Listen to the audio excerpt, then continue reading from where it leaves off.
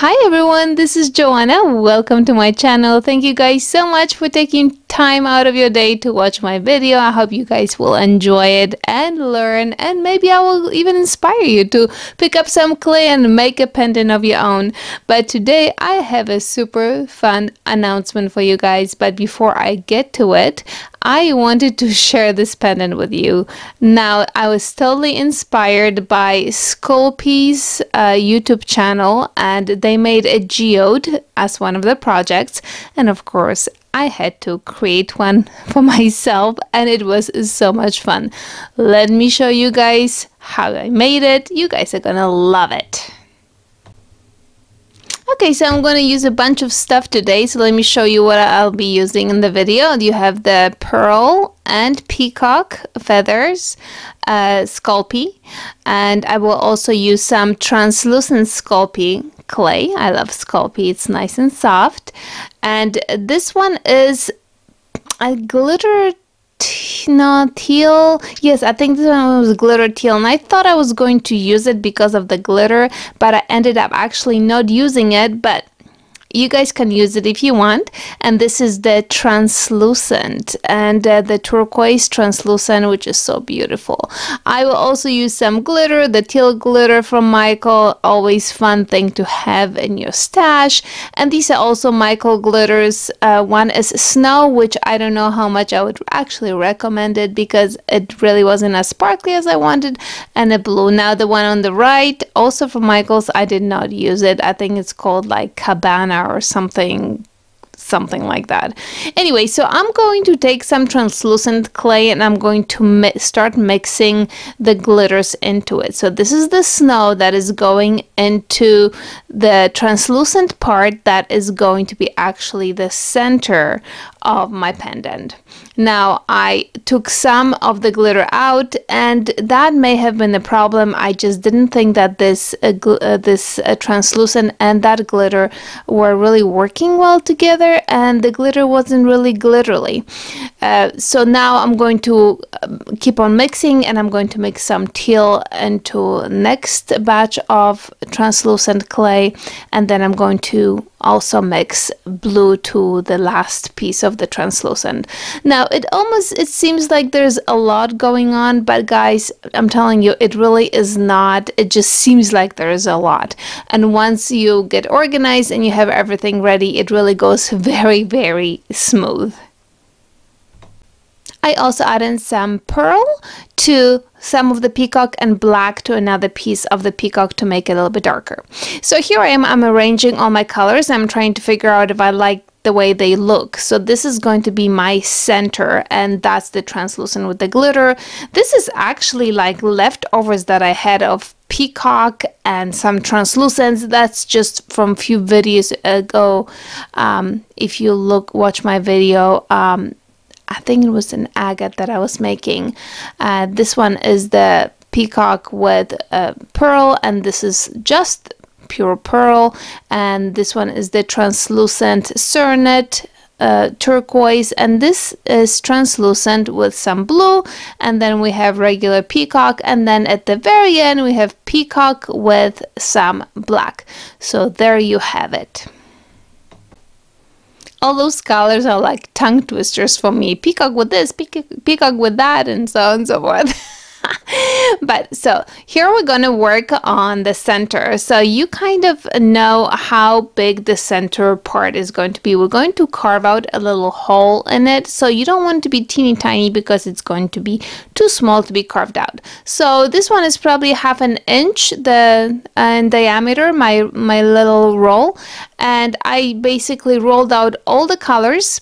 And I'm just going to start creating little cane with all the different colors. So you're just gonna roll out the clay, and you're gonna roll it around the center, which in this case is my translucent with the snow glitter that I put in it.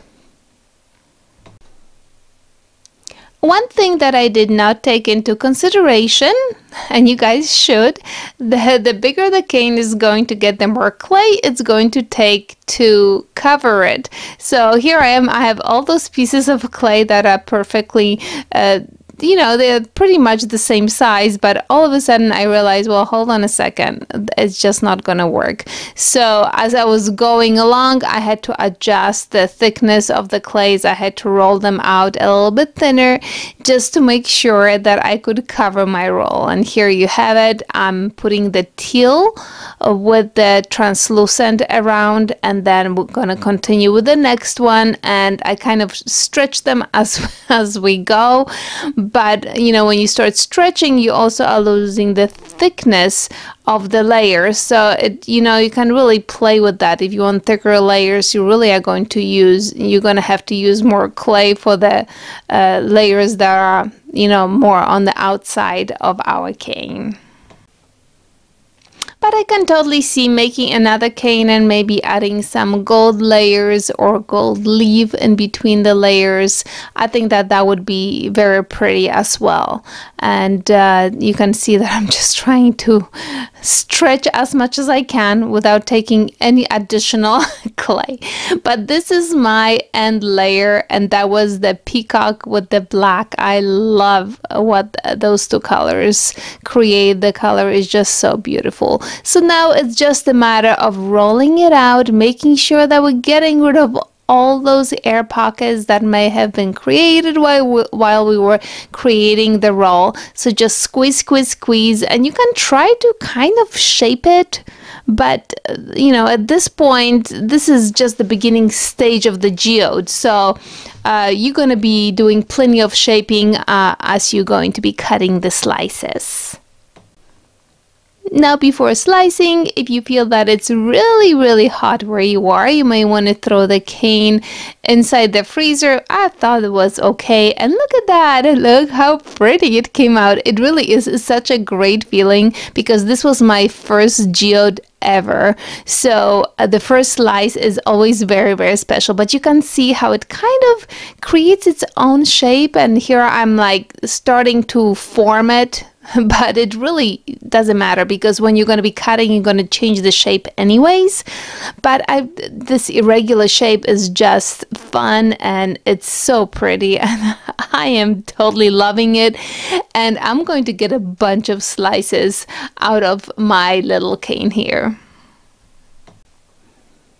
So you can see how you can really manipulate the thicknesses of the different layers. And there you have it. I have them all sliced, and they are so pretty and irregular and crooked and natural looking. But now I'm going to have to cut out the insides, and I already did that to most of them. I'm going to show you on my last one. I just took out the X-Acto knife, and I'm just, you know, cutting some like a rugged hole in it, and that's pretty much it. You know, there's nothing pretty about it. It needs to be rugged. It's supposed to be a geode, and this is not all that we're going to be doing to that, to the inside. I'm going to show you what else we'll do to make it even prettier. But this is the time, guys, to have fun with the geode. If you want it to look really ruggedy on the outside, just take it and create some texture on the outside, you know, and change the shape of it.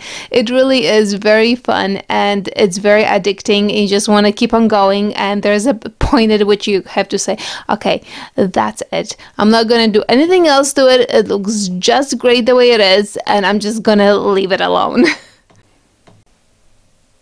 Okay, now my beauties are ready to go in the oven. I'm putting them on my tile. That's how I bake all my pendants.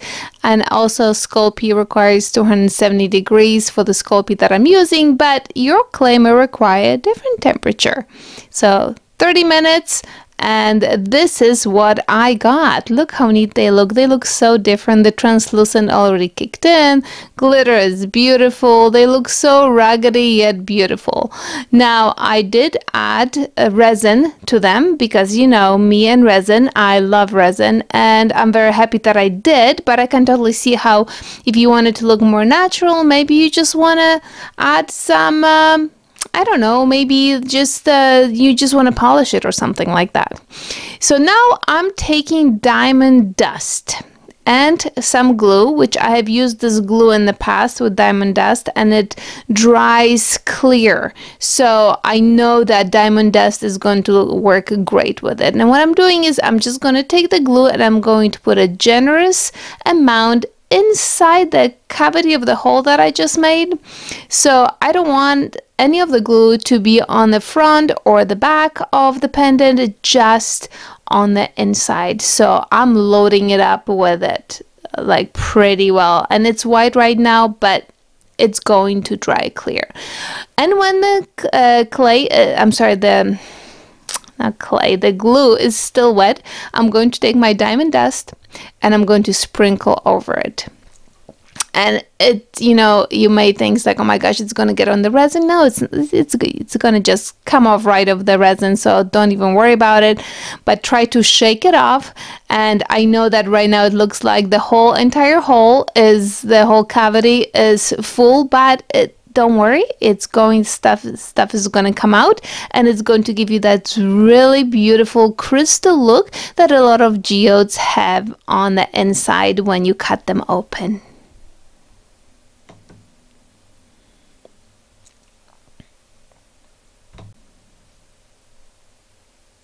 Okay, so now we're gonna have to just be a little bit patient. Don't rush the process.